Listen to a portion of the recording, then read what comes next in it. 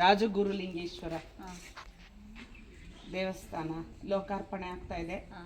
ಎಲ್ಲಿವರೆಗೆ ಬಂದಿದೆ ಈ ಕೆಲಸ ಕಾರ್ಯಗಳೆಲ್ಲ? 23ನೇ ತಾರೀಕು ಲೋಕಾರ್ಪಣೆಗೊಳ್ಳಲಿದೆ ರಾಜಗುರುಲಿಂಗೇಶ್ವರ ದೇವಸ್ಥಾನ. ಪೂರ್ಣತೆ ಆಗಿದೆ. ಆದರೆ ಇಲ್ಲಿ ಎಷ್ಟು ಪೂರ್ಣತೆ ಆಗಿದೆ, ಲೋಕವು ಸಹ ಅಷ್ಟೇ ಪೂರ್ಣತೆ ಆಗಬೇಕು ಅಂತ ನನ್ನ ಆಸೆ. ಗುರುದೇವರ ಆಶೀರ್ವಾದದಿಂದ ಸಕಲ ಜೀವರಾಶಿಗಳಿಗೂ ಸಹ ಎಲ್ಲ ಇಲ್ಲಿ ಅಂತ ಇಲ್ಲಿ ಒಂದು ಒಳ್ಳೆ ಏನು ಅದ್ಭುತವಾದ ಒಂದು ಆಶೀರ್ವಾದ ಆಗ್ತದೆ. ಎಲ್ಲ ಜೀವರಾಶಿಗಳು ಸೇರಬೇಕು ಅಂತೇಳಿದ್ರೆ ನಮ್ಮ ಆಸೆ. ಎಲ್ಲ ಸಕಲ ಜೀವರಾಶಿಗಳಿವೆ. ಅವತ್ತೊಂದು ದಿನಕ್ಕೆ ಅವರು ಎಲ್ಲ ಆಶೀರ್ವಾದ, ಭಗವಂತನ ಆಶೀರ್ವಾದ ಇಡೀ ಲೋಕಕ್ಕೆ ಅರ್ಪಣೆ ಆಗಿರ್ತದೆ ಅನ್ನೋ ಒಂದು ಆಸೆ. ಕೊನೆಗೆ ಮುಟ್ಟಿದೆ, ಕೊನೆ ಮುಟ್ಟಿದೆ. ಈಗ ಎಲ್ಲ ಕೆಲಸ ಎಲ್ಲ ಮುಗಿದಿದೆ. ಇನ್ನೊಂದು ಸ್ವಲ್ಪ ಇದೆ. ಇವತ್ತು ಇನ್ನೆರಡು ದಿನದಲ್ಲಿ ಕೆಲಸ. ಇದು ಅನ್ನದಾಸೋಹ ಶಾಲೆ ಇದು. ಅನ್ನಪೂರ್ಣೇಶ್ವರಿ ಪ್ರಸಾದ ಜಾಗ. ಸ್ವಲ್ಪ ಇದೆ, ಮುಗಿಯುತ್ತೆ. ಒಳಗಡೆ ಎಲ್ಲ ಫಿನಿಶಿಂಗ್ ಆಗಿದೆ, ಹೊರಗಡೆ ಸ್ವಲ್ಪ ಮಾಡಬೇಕು. ಫಿನಿಶಿಂಗ್ ಆಗಿದೆ. ಇನ್ನೊಂದೆರಡು ದಿನದಲ್ಲಿ ಅದು ಪೇಂಟಿಂಗ್ ಆಗ್ತದೆ. ಅದು ಕಮಲಮುನಿ ಪುಷ್ಕರಣಿ, ಕಮಲಮುನಿ ಪುಷ್ಕರಣಿ ಅದು ಸಹ ಆಗಿದೆ, ಎಲ್ಲ ಪೂರ್ತಿ ಆಗಿದೆ. ಇನ್ನು ಸ್ವಲ್ಪ ಅದು ಕೆಲಸ ಇದೆ. ಇನ್ನು ಚೂರು ಒಂದು ದಿನದ ಕೆಲಸ ಬಾಕಿ ಇದೆ ಅದರಲ್ಲಿ. ಅದು ಸಹ ಮುಗಿಯುತ್ತೆ. ಅಲ್ಲಿ ಗುರುದೇವರಿಗೆ ಅಭಿಷೇಕ, ಕಮಲಮುನಿ ಪುಷ್ಕರಣಿಯಲ್ಲಿ ಅಭಿಷೇಕ ಆಗ್ತದೆ. ಅವತ್ತಿನ ಕಾರ್ಯಕ್ರಮಗಳೆಲ್ಲ ತುಂಬ ಅದ್ದೂರಿಯಾಗಿ ಆಗಬೇಕು ಅನ್ನೋದು ನಮ್ಮ ಆಸೆ. ಗುರುದೇವರ ಆಶೀರ್ವಾದದಿಂದ ಗುರು ಭಕ್ತರ ಪ್ರೀತಿಯಿಂದ ಲೋಕ ಕಲ್ಯಾಣ ಅರ್ಪಣೆಗೆ ಖಂಡಿತವಾಗಿಯೂ ನನಗೆ ಒಂದು ಏನು ಖುಷಿ ಅಂದರೆ ರಾಜೇಶ್ವರಿ ಅಮ್ಮ, ತುಂಬ ಮನಸ್ಸು ಆತ್ಮ ತುಂಬಿ ಬರ್ತಾ ಇದೆ. ಯಾಕೆ ಅಂತಂದರೆ ನಾವು ಆರಾಧನೆ ಮಾಡುವಂಥ ಆರಾಧಿಸುವಂಥ ರಾಜಗುರುಗಳ ಅವ್ರನ್ನ ಇಲ್ಲಿ ಕರ್ಕೊಬಂದು ಅವರ ಚೈತನ್ಯ ಇಲ್ಲಿರೋ ಗ್ರಾಮ, ಅಕ್ಕಪಕ್ಕ ಗ್ರಾಮಗಳಿಗೆ, ಈ ಊರಿಗೆಲ್ಲರಿಗೂ ಅವರ ಆಶೀರ್ವಾದ ಬೇಕು ಅಂತ ನೀವು ನಮ್ಮ ರಾಜಗುರುಗಳ ಪಾದಾರ್ಪಣೆ ಇಲ್ಲಾಗಲೇಬೇಕು ಅಂತ ಅವರೊಳಗಡೆ ಇರೋ ನೀವು ಆ ಸತ್ಯದ ಜೊತೆಗೆ ಜರ್ನಿ ಮಾಡ್ತಾ ಇದ್ದೀರಲ್ಲ. ನಾನು ಒಂದು ರಾಜಗುರು ಭಕ್ತಿಯಾಗಿ ನನಗೆ ಏನು ಹೇಳಬೇಕು ಅಂತ ಗೊತ್ತಾಗ್ತಾ ಇಲ್ಲ. ನಿಜವಾಗಿಯೂ ಇದು ನೆನ್ಸ ಇದೆಲ್ಲನೂ ನಾನು ಈ ಜನ್ಮದಲ್ಲಿ ನಾನು ನೋಡ್ತೀನ ಅಂತ ಅನಿಸಿದೆ. ಯಾಕಂದರೆ ಎಷ್ಟೋ ಜನ ಭಕ್ತರುಗಳ ಆಸೆ ನಮ್ಮ ರಾಜಗುರುಗಳ ದೇವಸ್ಥಾನ ಮಾಡಬೇಕು, ನಮ್ಮ ರಾಜಗುರುಗಳನ್ನ ಹಾಗೆ ನೆನೆಸ್ಬೇಕು, ಹೀಗೆ ನೆನೆಸ್ಬೇಕು ಅಂತ. ಮೋಸ್ಟ್ಲಿ ನೀವು ಇಲ್ಲಿಂದ ಪ್ರಾರಂಭ ಮಾಡಿದ್ದೀರಾ ಅಂತ ಕಾಣಿಸ್ತಾ ಇದೆ. ದೇವರು ಪ್ರಾರಂಭ ಮಾಡಿಸಿದ್ದಾರೆ. ಅವರ ಭಕ್ತಿ ಒಂದು ಈ ಪ್ರಪಂಚಕ್ಕೆ ಅವರ ಆಶೀರ್ವಾದ ಆಗಬೇಕು ಅನ್ನೋ ನಮ್ಮ ಆಸೆ. ಗುರುದೇವರ ಒಂದು ಸ್ಥಿತಿ ಇಡೀ ಪ್ರಪಂಚನೇ ನೋಡಬೇಕು ಅನ್ನೋದೇ ಗುರುಭಕ್ತರೆಲ್ಲರೂ ಆಸೆ. ಎಲ್ಲೆಲ್ಲಿ ಅಂತಂದರೆ ಅಲ್ಲಲ್ಲಿ ಈ ಚೈತನ್ಯ ನಿಲ್ಲಬೇಕು ಅನ್ನೋದು ನಮ್ಮೆಲ್ಲರೂ ಕನಸು, ಗುರುಭಕ್ತರಿಗೆ ಅನ್ಸ. ಅದಾಗಲಿ ಅಂತ ನಾನು ಭಗವಂತನಿಗೆ ಪ್ರಾರ್ಥನೆ ಮಾಡ್ತೀನಿ. ಖಂಡಿತವಾಗಿ ಅವತ್ತು ಮಾರ್ಚ್ 23 ಮಾರ್ಚ್ 21ನೇ ತಾರೀಕು ರಾಜಗುರುದೇವರ ಜನ್ಮದಿನ. ಮಾರ್ಚ್ 22ನೇ ತಾರೀಕು ಮತ್ತು 23ನೇ ತಾರೀಕು ಇಲ್ಲಿ ವಿಜೃಂಭಣೆಯಿಂದ ಪೂಜೆ ಆಗ್ತದೆ. ಗುರುದೇವರ ಆಶೀರ್ವಾದದಿಂದ, ಗುರುಭಕ್ತರ ಪ್ರೀತಿಯಿಂದ. ಇದು ಗುರುದೇವರು ಹುಟ್ಟಿದ ದಿನಕ್ಕೇನೆ ಅವತ್ತಿನ ಸ್ಥಿತಿಯಲ್ಲಿ ಮಾಡಬೇಕು ಅನ್ನೋ ಒಂದು ಇದಿತ್ತು. ಆದರೆ ಆ ದಿನ ಶನಿವಾರ ಆಗೋದ್ರಿಂದ ಸೋಮವಾರ ಲಿಂಗನ ಸ್ಥಾಪನೆ ಮಾಡೋದ್ರಿಂದ ಸೋಮವಾರ ಮಾಡುವ ಹಂಗಾಗಿ ರಾಜಗುರು ಲಿಂಗೇಶ್ವರ ಸ್ಥಾಪನೆ ಮತ್ತೆ ಮರುಜನ್ಮ. ಆ್ಯಕ್ಚುಲಿ ನೀವು ಗುರುದೇವ್ರದ್ದು ಮೂರ್ತಿ ಸ್ಥಾಪನೆ ಮಾಡಬೇಕು ಅಂತ ಹೋದ್ರಿ, ಬಟ್ ಅದು ಗುರುದೇವರು ನನ್ನನ್ನು ಬೇಡ ಅದು ಗುರುದೇವರು ಹೇಳಿದ್ದಾರೆ ಅಂತಂದ್ರೆ ಅದ್ರ ಹಿಂದೆ ಕಾರಣ ಇರುತ್ತೆ. ಯಾಕೆ ಅಂತಂದ್ರೆ ಕೆಲವೊಂದು ಗುರು ಪರಂಪರೆಯಲ್ಲಿ ಹೇಳ್ತಾರೆ ಗುರುದೇವರು ಬದುಕಿದ್ದಂಗೆ ಮೂರ್ತಿ ಇಡಬಾರ್ದು ಅಂತ. ಯಾಕೆ ಇಡಬಹುದು, ಆದರೆ ಗುರುದೇವರು ಅದೆಲ್ಲರೂ ಒಂದು ಸ್ಥಿತಿಯಲ್ಲಿ ನಿಲ್ಲೋದು ಬೇಡ, ಅದಾಗ್ತದೆ. ನಾನು ಇದ್ದಂಗೇನು ಕೂಡ ಅದಾಗ್ತದೆ, ಆದರೆ ಈಗ ಆ ಸಮಯ ಬೇಡ ಅಂತ. ಬಟ್ ನಿಮ್ಗೆ ಅವರ ಪ್ರತಿಬಿಂಬ ಇಲ್ಲೊಂದು ಬೇಕು, ಪ್ರತಿದಿನ ಅವ್ರ ದರ್ಶನ ಮಾಡಬೇಕು. ನಾನು ಇದ್ದೀನಿ, ಮತ್ತೆ ಯಾಕೆ ಮೂರ್ತಿ ಮುಂದೆ ಕೂತು ನೀನು ಅಂತೇಳಿ ಇಡೀ ಲೋಕಕ್ಕೆ ಅದು ಕಲ್ಯಾಣ ಆಗ್ಲಿಕ್ಕೆ ನಾನು ಹೇಗಿದ್ದೇನೆ ಅಂತೇಳಿ ಗುರುದೇವರ ಆಸೆ. ಅದಂಗೆ ಸಾಕು ಆಗಲಿ.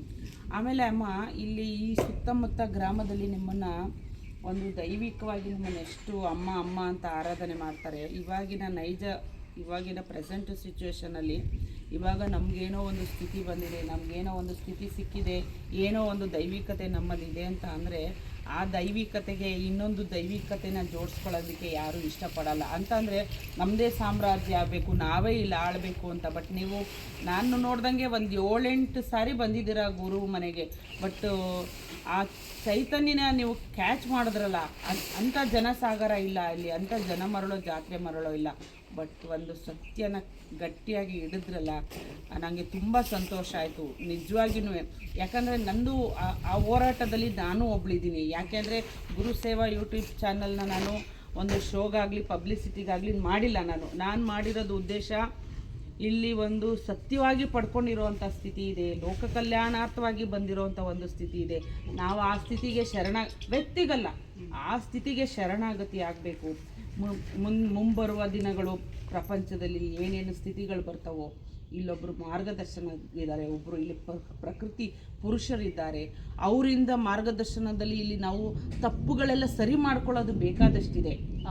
ಅದೆಲ್ಲನೂ ನನಗೆ ಒಳಗಡೆ ಅದು ಕೌತುಕ ಆತಂಕ ಇತ್ತು. ನಾನು ನೆನೆಸಿದ್ದೆ, ರಾಜಗುರುಗಳು ಇಲ್ಲಿ ಪ್ರಪಂಚ ಪರ್ಯಟನೆ ಮಾಡಬೇಕು, ಅವ್ರ ಪಾದ ಸ್ಪರ್ಶ ಇಲ್ಲೆಲ್ಲ ಆಗಬೇಕು ಅಂತ ಅರುಳ್ ಪರಂ ಜ್ಯೋತಿ ಸ್ವರೂಪ.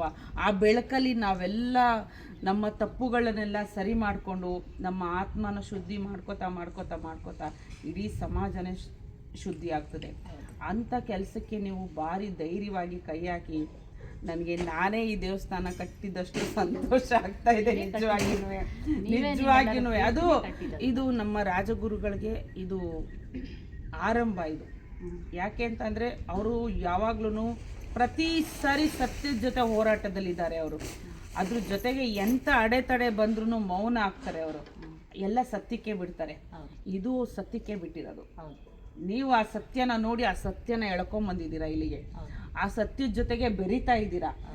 ಈ ಹಾದಿನಲ್ಲಿ ಎಷ್ಟೊಂದೆಲ್ಲ ಕಷ್ಟಗಳು ಬಂತು, ಎಷ್ಟೊಂದೆಲ್ಲ ಆಪೋಸಿಟ್ ಬಂತು, ಆದ್ರೂ ನಾನುಂಟು ನನ್ನ ಸತ್ಯ ಉಂಟು ಅಂತ ನಿಂತ್ಕೊಂಡ್ರಿ. ಅದನ್ನ ನಾನು ನಿಮ್ಮ ಕಣ್ಣುಗಳನ್ನ ನೋಡ್ತಾ ಇದ್ದೀನಿ, ಈ ಕೆಲಸಗಳಲ್ಲಿ ನೋಡ್ತಾ ಇದ್ದೀನಿ ನಾನು. ಇದಕ್ಕಿಂತ ಬೇರೆ ಉತ್ತರ ಬೇಕಾಗಿಲ್ಲ.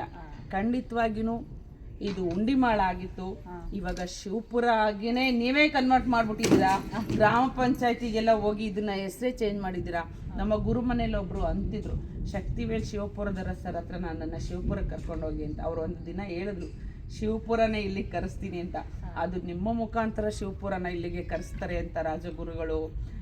ಎಂತಹ ಅವರು ಮಹಾನುಭಾವರು, ಎಂತಹ ವಿಶಾಲ ಮನೋಭಾವದವರು. ಅವ್ರನ್ನ ದೈವಿಕತೆಯಿಂದ ಪಕ್ಕಕ್ಕಿಟ್ಟರೆ ಅವರಲ್ಲಿ ದೈವಿಕತೆಯನ್ನು ಶಕ್ತಿಯನ್ನು ಪರೀಕ್ಷಿಸುವಷ್ಟು ನಾವು ಯಾವ ಕಾಲಿನ ಧೂಳಿಗೂ ಸಮ ಇಲ್ಲ. ನಾವು ನೋಡಿದ್ದು ಅವರಲ್ಲಿ ಮಮಕಾರನ, ಮಾತೃತ್ವನ, ಮತ್ತು ಒಂದು ಏನಂತಾರೆ ಅಮ್ಮನ ಸ್ವರೂಪನ ನೋಡಿರೋದು ಆಯಿತಾ. ಆಮೇಲೆ ಪ್ರತಿ ಹೆಜ್ಜೆನಲ್ಲೂ ನಮ್ಮನ್ನು ತಿದ್ದುತ್ತಾ ಇರ್ತಾರೆ. ಈವರೆಗೂ ಯಾರನ್ನು ಕೂರಿಸಿ ಅವರ ಆಧ್ಯಾತ್ಮಿಕ ವಿಷಯ ಹೇಳ್ಕೊಟ್ಟೆ ಅವರೆಲ್ಲ. ನಿಮಗೂ ಅದು ಗೊತ್ತು. ಅದು ಟೈಮ್ ಬರ್ತದೆ, ಅದು ಸಮಯನೇ ಕಾಲಾಯ ತಸ್ಮೈ ನಮಃ ಅಂತಲೇ ಎಲ್ಲ ಈ ಕ್ಷಣದಲ್ಲಿ ಬದುಕಿ ಅಂತ ನಮಗೆ ಕ್ಷಣಕ್ಕೂ ತಿದ್ದುತ್ತಾ ಇರ್ತಾರೆ. ಅಂತಹ ಮಹಾನ್ ಪುರುಷರು ಅವರು, ಅಂತಹ ಬ್ರಹ್ಮಜ್ಞಾನಿಗಳು. ಇದು ಮಾತಾಡ್ತಾ ಇದ್ರೆ ನೋಡಿ, ವರುಣ ಆಗಮ ಆಗ್ತಾ ಇದೆ. ಈ ಕಾರ್ಯಕ್ರಮ ವಿಜೃಂಭಣೆ ಆಗಲಿ, ನಮ್ಮ ರಾಜಗುರು ದೇವರ ಸ್ಥಿತಿಯನ್ನು ವಿಜೃಂಭಿಸೋಣ. ಇದೆಲ್ಲ ನೀವು ಭಕ್ತರಿಗೆ ಏನು ಹೇಳ್ತೀರಾ ನನ್ನ ಯೂಟ್ಯೂಬ್ ಚಾನಲ್ ಮುಖಾಂತರ? ಭಕ್ತರಿಗೆಲ್ಲ ಹೇಳ್ತಾ ಇದ್ದೇನೆ, ಈ ಕಾರ್ಯಕ್ರಮಕ್ಕೆ ಎಲ್ಲರೂ ಸಹ ಭಾಗವಹಿಸಬೇಕು, ಎಲ್ಲರೂ ಸಹ ಗುರುಕೃಪೆ ಸಾಕ್ಷೀಭೂತರಾಗಬೇಕು. ಈ ಜನ್ಮದಲ್ಲಿ ನಮ್ಗೆ ಇದು ಸಿಕ್ಕಿದ್ದು ನಮ್ಮೆಲ್ಲರ ಪುಣ್ಯ, ನಮ್ಮ ಪೂರ್ವಜರು ತಂದು ಕೊಟ್ಟಂತ ಪುಣ್ಯ. ಇದೆಲ್ಲ ರಾಜಗುರುಗಳ ವಿಷಯ ಮಾತಾಡ್ತಾ ಇದೀವಿ. ಮಳೆ ಬರ್ತಾ ಇದೆ, ವರುಣನೇ ಆಗಮನ ಮಾತಾಡುವಾಗ ವರುಣನ ಆಗಮನ ಆಗ್ತಾ ಇದೆ. ನಮ್ಗೆಲ್ಲ ಖುಷಿ ಪಡ ಅಂತ ವಿಚಾರ. ಹಂಗಾಗಿ ಎಲ್ಲರೂ ಸಹ ಇಲ್ಲಿ ಬಂದು ಗುರುಕೃಪೆಗೆ ಪಾತ್ರರಾಗಬೇಕು ಅಂತೇಳಿ ನನ್ನ ಆಸೆ. ಗುರುದೇವರ ಹೌದು, ಈ ಸದಾವಕಾಶನ ಎಲ್ಲರೂ ಉಪಯೋಗಿಸ್ಕೊಳ್ಳಿ. ರಾಜಗುರುಗಳನ್ನ ಗೋಪಾಲಪುರದಲ್ಲಿ ನೀವು ಯಾವ ಥರ ನೋಡ್ತಾ ಇದ್ರಿ ಅದೇ ದರ್ಶನ ಇಲ್ಲಿ ಕೊಡ್ತಾರೆ. ಗೋಪಾಲಪುರದಲ್ಲಿ ನೋಡಿ ರಾಜಗುರುಗಳು ಅಂತಹ ಅಸಾಮಾನ್ಯರಲ್ಲಿ ಅಸಾಮಾನ್ಯರು. ಅವರು ನೋಡೋದಕ್ಕಷ್ಟೇ ಸಾಮಾನ್ಯರ ಥರ ಇರ್ತಾರೆ. ಯಾಕಂತಂದರೆ ಆ ಅಸಾಮಾನ್ಯತ್ವನ ನಾವು ತಡ್ಕೊಳಕ್ಕಾಗೋದಿಲ್ಲ, ಅದಕ್ಕೆ ಸಾಮಾನ್ಯರಾಗಿದ್ದಾರೆ. ಅವರ ಆಶೀರ್ವಾದ ಎಲ್ಲರಿಗೂ ಈ ಲೋಕ ಕಲ್ಯಾಣಾರ್ಥವಾಗಿ ಜನ್ಮ ತಾಳಿದ್ದಾರೆ. ಆ ಲೋಕ ಕಲ್ಯಾಣಾರ್ಥಕ್ಕೇ ಅವರು ಈ ಪ್ರಪಂಚದ ಮೇಲೆ ಎಲ್ಲರಿಗೂ ಅವರ ದೃಷ್ಟಿ, ಅವರ ಕೃಪೆ, ಅವರ ಅನುಗ್ರಹ ಇರಲಿ. ಈ ರಾಜೇಶ್ವರಿ ಅಮ್ಮ ನಮ್ಮ ರಾಜಗುರುಗಳ ದೇವಸ್ಥಾನನ ವಿಜೃಂಭಣೆಯಾಗಿ ಅವತ್ತು 23ನೇ ತಾರೀಕು ಚೆನ್ನಾಗಿ ನಡೀಲಿ. ನಮ್ಮ ಗುರುಮನೆ ಭಕ್ತರೆಲ್ಲರೂ ಬಂದು ಅವತ್ತಿನ ಆ ದಿನ ಕ್ಷಣಕ್ಕೆ ನಾವೆಲ್ಲ ಸಾಕ್ಷೀಭೂತರಾಗೋಣ. ಆ ಕ್ಷಣದಲ್ಲಿ ಎಲ್ಲರೂ ಭಾಗಿಯಾಗೋಣ. ಆ ಕ್ಷಣದಲ್ಲಿ ಎಲ್ಲರೂ ಆನಂದಿಸೋಣ. ಎಲ್ಲರಿಗೂ ಕೂಡ ಈ ಆಶೀರ್ವಾದ ಸಿಗಬೇಕು. ಸಕಲ ಈ ರಾಜಗುರು ಲಿಂಗೇಶ್ವರ ದೇವಸ್ಥಾನದ ಉದ್ಘಾಟನೆ 23 ಮಾರ್ಚ್. ಎಲ್ಲರೂ ಬಂದು ರಾಜಗುರು ದೇವರ ಆಶೀರ್ವಾದಕ್ಕೆ ಪಾತ್ರರಾಗೋಣ, ಅವರ ಅನುಗ್ರಹಕ್ಕೆ ಪಾತ್ರರಾಗೋಣ. ಅವತ್ತು ಅಭಿಷೇಕ ಇರುತ್ತೆ, ಎಲ್ಲರಿಗೂ ಮುಕ್ತವಾಗಿ ದರ್ಶನ ಕೊಡ್ತಾರೆ.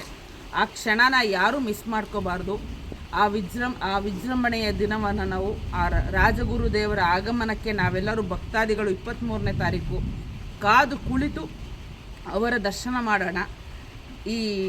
ಆ ದರ್ಶನದಿಂದ, ಅವರ ಪಾದಸ್ಪರ್ಶದಿಂದ ಅವತ್ತು ಈ ರಾಜಗುರು ಲಿಂಗೇಶ್ವರ ದೇವಸ್ಥಾನ ಲೋಕಾರ್ಪಣೆ ಆಗ್ತಾ ಇದೆ. ಹಾಗೆ ಇದರಿಂದ ಲೋಕ ಕಲ್ಯಾಣವಾಗಲಿ. ನಿಜವಾಗಿ ನಾನು ಒಂದು ಗುರು ಭಕ್ತೆಯಾಗಿ ರಾಜೇಶ್ವರಿ ಅಮ್ಮನಿಗೆ ಥ್ಯಾಂಕ್ಸ್ ಹೇಳಲ್ಲ. ತಿರುಚಿಟ್ರಂಬಲ ಇಲ್ಲಿರುವ ಆತ್ಮದ ಭಗವಂತನಿಂದ, ಇಲ್ಲಿರುವ ಆತ್ಮದ ಭಗವಂತನಿಗೆ ತಿರುಚಿಟ್ರಂಬಲಂ. ಗುರುವೇ ಶರಣ. ನಮಃ ಶಿವಾಯ, ನಮಃ ಶಿವಾಯ, ನಮಃ ಶಿವಾಯ. ರಾಜಗುರು ಮಹಾರಾಜ್ ಕಿ ಜೈ ಜೈ ಜೈ ಜೈ. ಗುರುವೇ ಶರಣಂ. ತಿರುಚಿಟ್ರಂಬಲ.